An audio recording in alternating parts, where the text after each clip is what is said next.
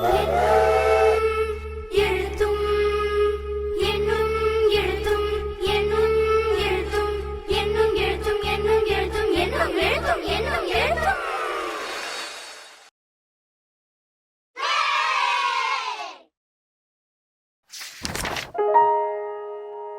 என்னும் எழுத்தும்.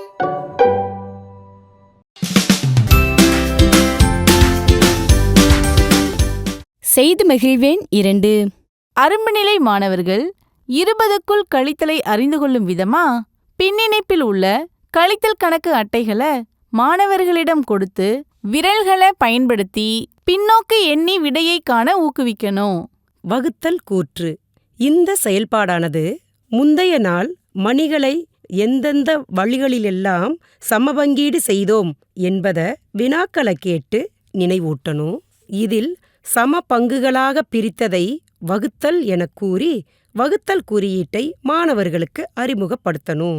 பிறகு மொத்த மணிகளின் எண்ணிக்கையே வகுபடும் எண் என்றும் சம பங்குகளின் எண்ணிக்கையே வகுத்தி என்றும் ஒவ்வொரு பங்கிலும் உள்ள மணிகளின் எண்ணிக்கையே ஈவு என்றும் கூறி அதற்கான வகுத்தல் கூற்ற கரும்பலகையில் எழுதி வகுத்தல் கூற்ற அறிமுகப்படுத்தணும். பின்னர் வகுத்தல் கூற்ற உருவாக்கும் எண்களை ஒரு தொகுப்பாக குறியீடு இல்லாமல் கொடுத்து அவற்றை கொண்டு வினாக்களை கேட்டு கலந்துரையாடி வகுபடும் எண், வகுத்தி மற்றும் ஈவு ஆகிய சொற்களை மாணவர்களுக்கு வலுப்படுத்தணும்.